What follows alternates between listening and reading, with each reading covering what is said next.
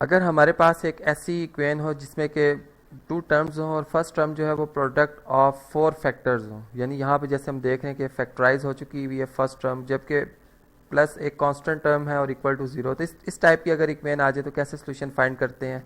इसको समझ लेते हैं। देखें, इसके लिए सबसे पहले हम इसको इसकी स्टैंडर्ड फॉर्म में लेके आएंगे, और इसमें एक टेक्निक है जो कि मैं आपको बताना चाहूँगा, वो ये कि जो लीनियर हमारे पास एक्सप्रेशंस हैं, अगर आप इनमें कांस्टेंट देखें, जैसे हम देख रहे हैं फर्स्ट फैक्टर में x माइनस वन है, और इसी तरीके से अगर मैं यहाँ पर x माइनस टू को लिखता हूँ, आप देखें इन दोनों कांस्टेंट्स का अगर सम किया जाए तो माइनस थ्री बनता है। और इसी तरीके से अगर आप x माइनस एट और x प्लस फाइव, अगर इन दोनों के कांस्टेंट्स को भी ऐड करते हैं तो आप देखेंगे कि ये माइनस थ्री बनता है। यानी इससे हमें क्या फ़ायदा होगा जी, इससे हमें फ़ायदा होगा कि अगर मैं इन दो प्रोडक्ट्स को यानी फर्स्ट टू को आपस में मल्टीप्लाई कर लेता हूँ और इन लास्ट टू को आपस में मल्टीप्लाई, तो इन दो एक्सप्रेशंस हैं इनमें एक आपस में एक रिलेशन बन सकता है इस तरह से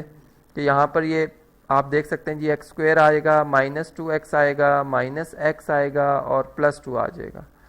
और इसी तरह से अगर मैं इन दोनों का प्रोडक्ट लेता हूँ तो यहाँ पर मेरे पास एक्स स्क्वेयर आएगा,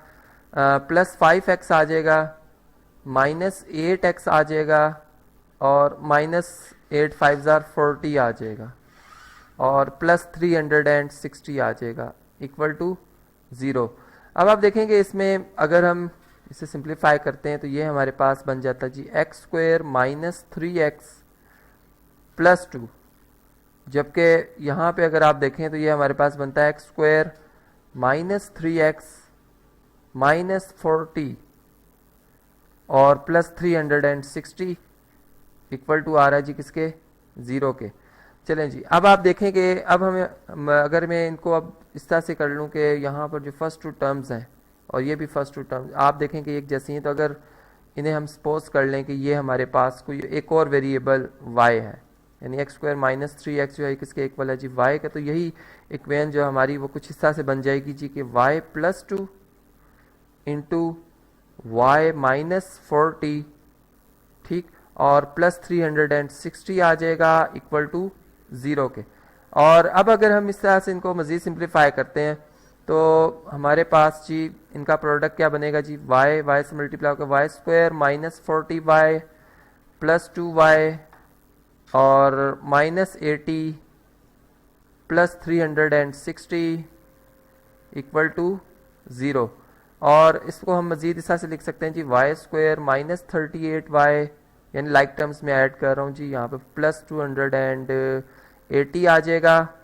इक्वल टू ज़ीरो। अब मिड टर्म ब्रेक करने का जो रूल है आपको मैं कई दफ़ा बता चुका हूँ, ये हम जानते हैं कि यहाँ पर इसको ब्रेक किया जाएगा, जैसे 28y minus 28y minus 10y, इनको ऐड करने से माइनस 38y बनता है और इनको मल्टीप्लाई करने से 280y स्क्वायर बनता है। और अब हम फर्स्ट टू टर्म्स को अगर देखें तो यहाँ से हम क्या कॉमन ले सकते हैं जी, y, यहाँ पे हमारे पास y फर्स्ट टर्म में मल्टीपल रहेगा, जबकि यहाँ पे 28 नेगेटिव साइन के साथ। इसी तरह यहाँ से अगर हम देखें तो नेगेटिव 10 कॉमन लेंगे। यहाँ पे भी रीज़न है कि हमें अगेन y माइनस 28 ही चाहिए फैक्टर के तौर पर, मल्टीपल के तौर पर। और अगर अब हम यहाँ से y माइनस 28 कॉमन लेते हैं तो अब हमारे पास फर्स्ट टर्म में y, जबकि सेकेंड टर्म में माइनस 10 बच जाता है जो कि इक्वल टू ज़ीरो आ जाएगा। और अब हम अलग अलग करेंगे जी, y माइनस 28 को इक्वल टू ज़ीरो लिखेंगे और यहाँ से हम y माइनस 10 को इक्वल टू ज़ीरो लिखेंगे। अब देखें यह शुरू में जिस वक्त हमने स्टार्ट लिया था यहाँ से भी आप देख सकते हैं जी, हमने सपोज किया था y किसके इक्वल है जी, x square minus three x के। तो y की ये वैल्यू मैं यहाँ पर लिख रहा हूँ जी x square minus three x, ठीक है, और माइनस 28 जो कि कांस्टेंट है ये एज इट इज़ रहा इक्वल टू ज़ीरो। और जो सेकंड हमारे पास फॉर्म बन रही, फिर अगेन y की वैल्यू क्या जी, x square minus three x और माइनस 10 इक्वल टू ज़ीरो। अब आप इसको अगर सिंप्लीफाई करते हैं तो हमारे पास जो इक्वेशन है इसकी मिड टर्म ब्रेक करेंगे जी, मिड टर्म ब्रेक क्या बनेगी, 7x माइनस का plus 4x minus 28 equal to zero. यानी यहाँ पर अगर हम फर्स्ट टर्म में से x कॉमन लेते हैं तो x माइनस 7 आ जाएगा, फिर अगर हम 4 कॉमन लेते हैं तो x माइनस 7 आ जाएगा इक्वल टू ज़ीरो। यहाँ से हम x माइनस 7 कॉमन ले लें तो ये आपके पास x फर्स्ट टर्म में और प्लस 4 जो है वो सेकंड टर्म में बच जाएगा।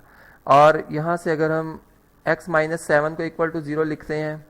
और x प्लस 4 को इक्वल टू 0 लिखते हैं, तो यहाँ से आप x की वैल्यू देख सकते हैं जी 7 आ जाएगी। चलें इसके लिए कलर में चेंज कर रहा हूँ, x की वैल्यू आ जाएगी जी 7, ब्लॉक में लिखा। और इसी तरह से सेकंड वैल्यू जो आ रही है x की वो -4 हो जाएगी। ये जी हमारे पास x की दो वैल्यूज़ हैं और इसके अलावा भी हमारे पास आ रही हैं जी x की दो वैल्यूज़, उनको भी सॉल्व करते हैं। अगर आप इस इक्वेशन को देखें तो ये हमारे पास इसमें मिड टर्म ब्रेक क्या बनेगी जी x square -5x plus 2x और -10 इक्वल टू 0। और मिड टर्म ब्रेक हमने की। अब इसमें फर्स्ट टू टर्म में से x कॉमन लेंगे, x -5 आ जाएगा, यहाँ से हम 2 कॉमन लेंगे जी, x मल्टीपल है और फिर सेकंड टर्म का -5 equal to 0। Again x -5 common लेंगे आप, यहाँ पर हमारे पास जी x रह जाएगा, जबकि सेकंड टर्म में 2 मल्टीपल रह जाएगा इक्वल टू 0। यहाँ से x -5 को इक्वल टू 0 लिखेंगे और x प्लस 2 को इक्वल टू 0 लिखेंगे। अब देखिए यहाँ से हमारे पास x की वैल्यू आ जाती है 5, +5, ठीक है, ये इसको +5 मैंने बनाया। और इसी तरह से यहाँ से x की वैल्यू आ जाती है -2। अब ये x की ये चारों वैल्यू जो हमने लिखी हैं, अगर आप इसे वापस इक्वेशन में दर्ज करते हैं तो ये वाकई इसको सेटिस्फाई करती है, नहीं ये सोल्यूशन है। तो जो हमारा सोल्यूशन सेट होगा उसमें जो हमारे एलिमेंट्स आ रहे हैं जी, चारों एलिमेंट्स आ जाएंगे। जैसे मैं एक ऑर्डर में लिखता हूँ जी, सबसे छोटी वैल्यू, फिर -2 आएगा, फिर क्या आएगा जी 5 और उसके बाद लास्ट में 7। तो ये जी हमारा रिक्वायर्ड सोल्यूशन सेट।